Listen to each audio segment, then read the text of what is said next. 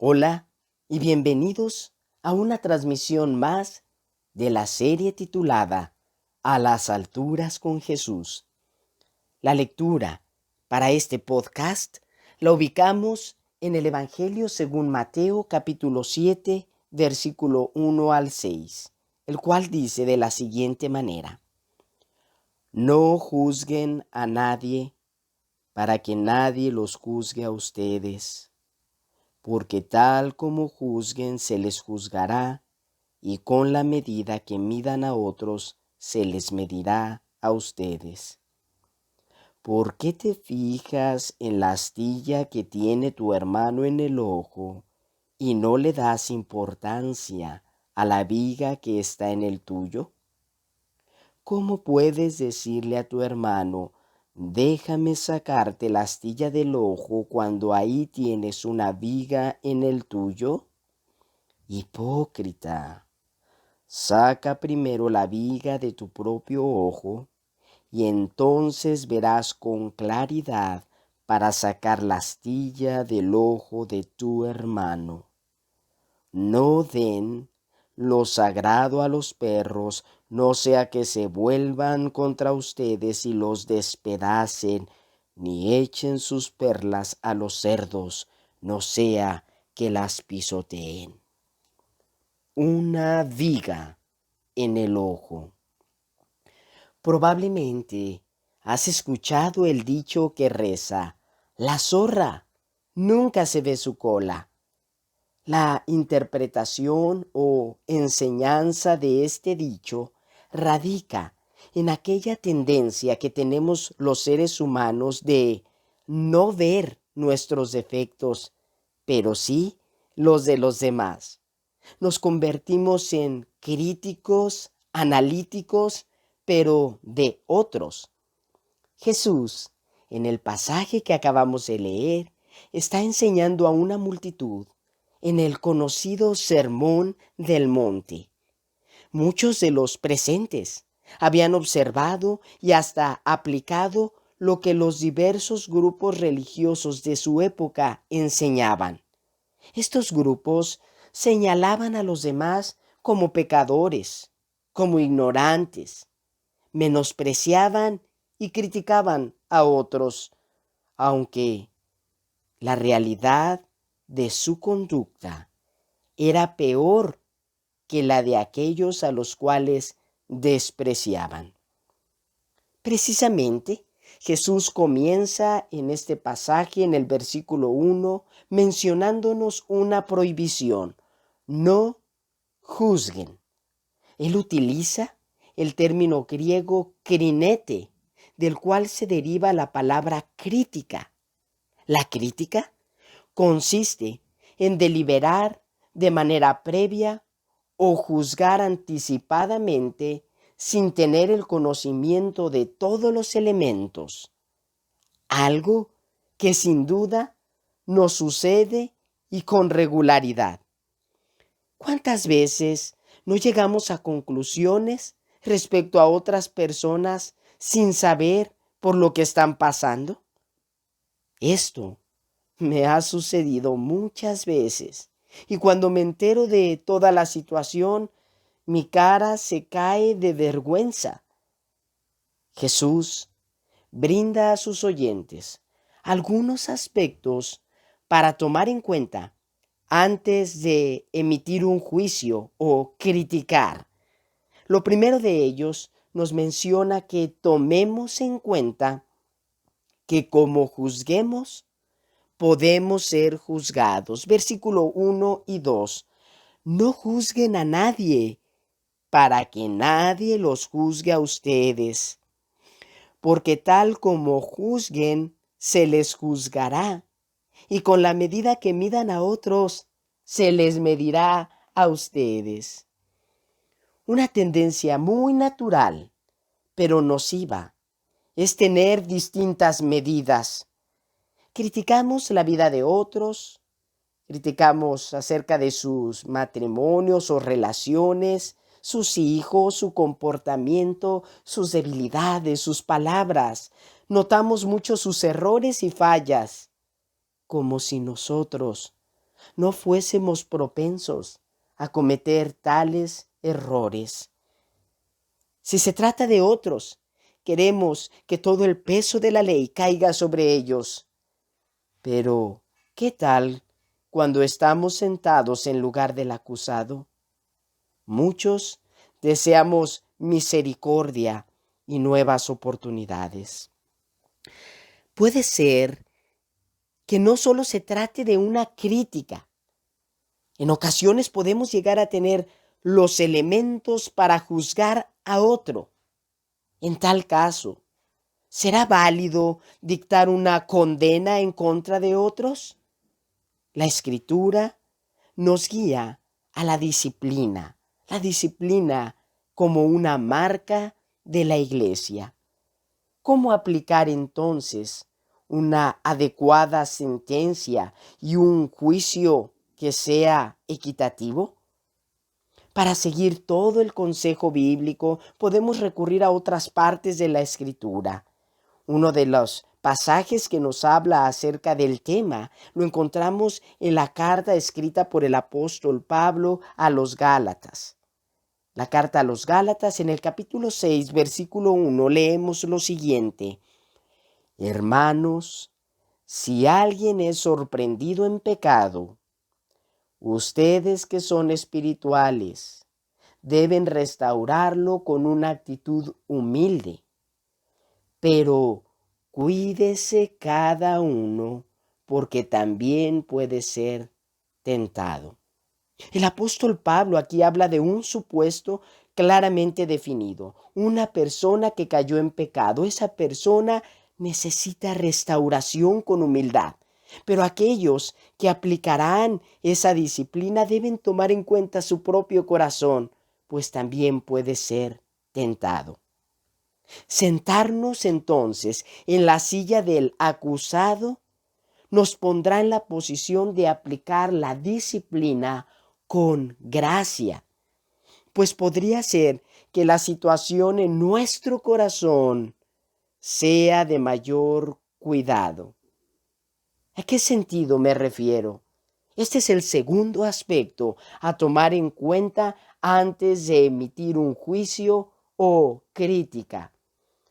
Nuestro caso puede ser más crítico.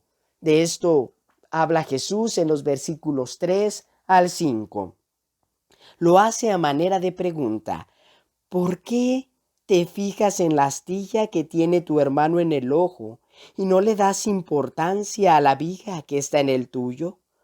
¿Cómo puedes decirle a tu hermano: déjame sacarte la astilla del ojo, cuando ahí tienes una viga en el tuyo? Hipócrita, saca primero la viga de tu propio ojo y entonces verás con claridad para sacar la astilla del ojo de tu hermano. Jesús menciona ojos y estorbos, es decir, que hay obstáculos en el ojo que no les permite a la persona ver con claridad. Hace alusión al estado que guardan las personas o que guardamos las personas en nuestros corazones. Menciona el ojo de nuestro hermano, el cual tiene un estorbo, y se trata de una astilla, una rebaba de madera que, por más diminuta que sea, provoca malestar, una mala visión y por lo tanto requiere de ayuda. Luego, Jesús avanza al segundo caso, el cual tiene que ver con nuestra posición. Habla en primera persona para sus oyentes. Vamos a ayudar a nuestro hermanito con su astillita, pero resulta que nosotros tenemos una viga. Literalmente se lee en griego dokon, que para el tiempo de Jesús se refiere a los troncos sobre los cuales descansaban las planchas de las casas. Se trataba de grandes maderos, de maderos visibles para todos. Jesús utiliza una hipérbole, una exageración en su enseñanza para dar mayor énfasis al problema personal. La situación es la siguiente: queremos ayudar al hermano con su astilla, pero nosotros tenemos un tronco en el ojo. Me pregunto entonces, ¿quién necesitará más ayuda? Los religiosos en la época de Jesús se creían con la calidad moral y espiritual para quitar a todos las motas o astillas del ojo. Estaban listos para criticar y golpear a los demás, pero peor se encontraba la situación en su corazón. Y déjame decirte que nosotros no estamos exentos de cometer el mismo error. La invitación de Jesús es vernos con franqueza desde lo que hay dentro de nuestro corazón. Y para ello es necesario recibir una ayuda que venga fuera de nosotros y que no sea humana. Entender que Dios es el juez justo. Él demanda justicia y exige el pago de lo que merecemos. La Escritura nos dice que al final de los tiempos el juez del universo dictará sentencia sobre vivos y sobre los muertos. Y sabes, hay dos maneras en las que podemos presentarnos a tal juicio. La primera de ellas es como enseña la mayoría de las religiones, si no es que todas. Ellos nos enseñan a hacer buenas obras y por medio de esas buenas obras ganarnos el favor de Dios. Estas buenas obras pasarán por fuego y al final serán quemadas y quedarán como la nada. Y por lo tanto, la sentencia será muerte eterna. La segunda manera que enseña la Escritura es que podemos presentarnos a ese juicio final representados por aquel que es la justicia de Dios, la justicia que viene de lo alto. En la carta a los Romanos, el apóstol Pablo habla de esta justicia. En el capítulo 1, versículos 16 y 17, nos dice: a la verdad, no me avergüenzo del Evangelio, pues es poder de Dios para la salvación de todos los que creen, de los judíos primeramente, pero también de los gentiles. De hecho, en el Evangelio se revela la justicia que proviene de Dios, la cual es por fe de principio a fin, tal como está escrito: el justo vivirá por la fe. El Evangelio se traduce en buenas noticias.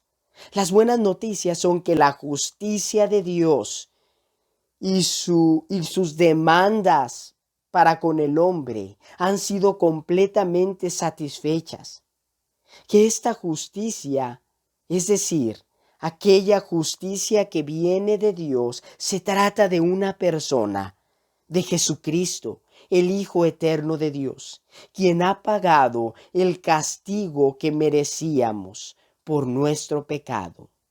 Él se presentó como sacrificio representándonos a aquellos que hemos sido llamados para creer en Él. Nos ha liberado de la muerte eterna y nos ha brindado su perfecta justicia para siempre. Esta salvación es para aquellos que creen.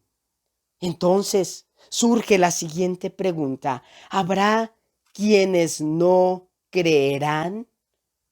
Así es, estimados escuchas. La Biblia nos enseña que no todos creerán en las buenas noticias. Peor, aún habrá gente quienes rechazarán, se mofarán y burlarán abiertamente del Evangelio y de Cristo. Probablemente a este tipo de gente se refiere Jesús en el último versículo de este pasaje que estamos estudiando, en Mateo 7:6 leemos: no den lo sagrado a los perros, no sea que se vuelvan contra ustedes y los despedacen, ni echen sus perlas a los cerdos, no sea que las pisoteen. Jesús menciona dos especies de animales, perros y cerdos, quienes por su naturaleza eran indómitos y abominables para los judíos. Se caracterizaban por su agresividad hasta para aquellos que los alimentaban. Estos tipos mencionados no eran capaces de recibir algo de valor como lo sagrado o las perlas. Jesús invita a sus oyentes a ser juiciosos en el sentido de ser cautelosos y precavidos, de no desperdiciar el tesoro de las buenas noticias en aquellos que abiertamente lo desprecian. Entonces, ¿cuál será nuestra responsabilidad para aquellos que rechazan el Evangelio?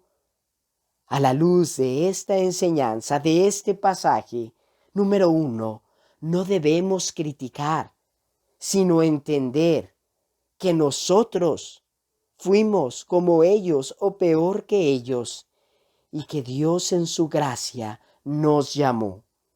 Segundo, debemos analizar nuestros corazones en oración por nosotros y por ellos. Y tercero, debemos estar preparados para insistir con prudencia con las buenas noticias. Pero insistir no significa rebajar el mensaje de salvación o permitir la blasfemia y la burla de otros. Por el contrario, debemos insistir sabia y prudentemente, pues ignoramos la elección divina para con otros. Aquellos que hemos sido llamados para salvación, la gracia será irresistible. En su momento, el Santo Espíritu de Dios les regenerará en sus corazones, y un tesoro de inigualable valor será nuestra herencia. Estimado escucha, si en tu corazón te preguntas, ¿seré yo alguien que ha rechazado? ¿Seré llamado por Dios? Déjame decirte que si estás escuchando este audio, es muy probable que el Señor te ha llamado para salvación y para una salvación eterna. Lo único que podemos hacer es dejarnos caer dependientes en el Señor y creer en Jesucristo como nuestro Salvador. Oremos. Padre, damos gracias por la preciosa palabra y tu enseñanza que vemos en el Evangelio según Mateo. Nos anima, Señor, a tomar en cuenta nuestros corazones a la luz de tu palabra. ¿Cuántas veces no he criticado sin elementos a otros por su manera de vestir, por su manera de ser, con cosas, Señor, tan vanas, a lo cual te pido perdón? Muchas veces, Señor, también mi corazón ha estado en peores circunstancias. Pedimos, Señor, nos perdones y renueves, y que esta enseñanza nos ayude, Señor, a crecer en nuestro carácter a la imagen de Cristo. Sobre todo oramos por aquellos que conocemos, que abiertamente han rechazado el mensaje de salvación. Pedimos oportunidades, Señor, para ellos. Pedimos que tu Espíritu les cambie y transforme, les dé vida y les regenere. Pedimos que podamos ser instrumentos para llevar un mensaje no de juicio, sino un mensaje de buenas noticias de la salvación que tenemos en Cristo. Oro por todos los que escuchan este mensaje, que sea de bendición para ellos y sus familias. En el nombre de Jesús lo pedimos. Amén. Hasta pronto, nos vemos o nos escuchamos en la próxima transmisión.